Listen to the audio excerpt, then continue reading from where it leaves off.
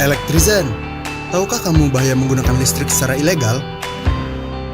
Menggunakan listrik ilegal dapat menimbulkan risiko kebakaran.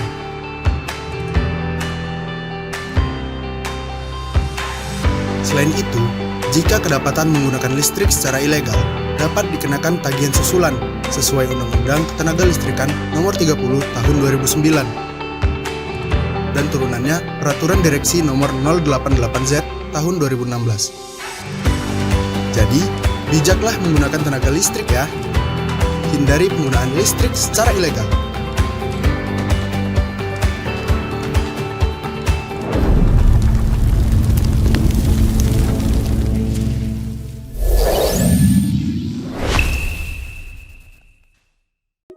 Perluasan tenaga angin menghadapi tantangan tak terduga.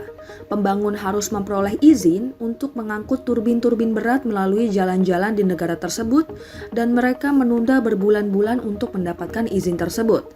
Saat ini, terdapat lebih dari 15.000 permohonan izin yang tertunda dan perusahaan-perusahaan melaporkan bahwa proyek-proyek mereka mengalami penundaan yang signifikan. Biaya penyimpanan komponen utama juga mencapai jutaan dolar. Selain itu, biaya untuk mendapatkan izin ini lebih tinggi daripada sebelumnya karena izin transportasi diperlukan untuk mengangkut beban berat melalui jembatan dan jalan raya. Terkadang diperlukan pembongkaran struktur dan rambu-rambu jalan, serta pengawalan polisi untuk pengangkutan tertentu, sementara yang lain hanya dapat dilakukan pada malam hari. Jerman berkomitmen untuk mendapatkan 80% dari total produksi listriknya dari sumber-sumber energi terbarukan pada tahun 2030, dengan sebagian besar berasal dari tenaga angin darat. Pemerintah didesak untuk mempercepat proses ini.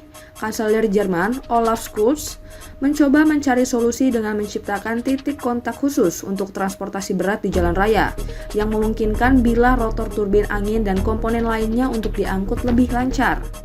Lebih cepat di sini berarti mengatasi batas waktu persetujuan yang ada, sehingga pengembangan infrastruktur seperti jalur serat optik dapat berlangsung lebih efisien.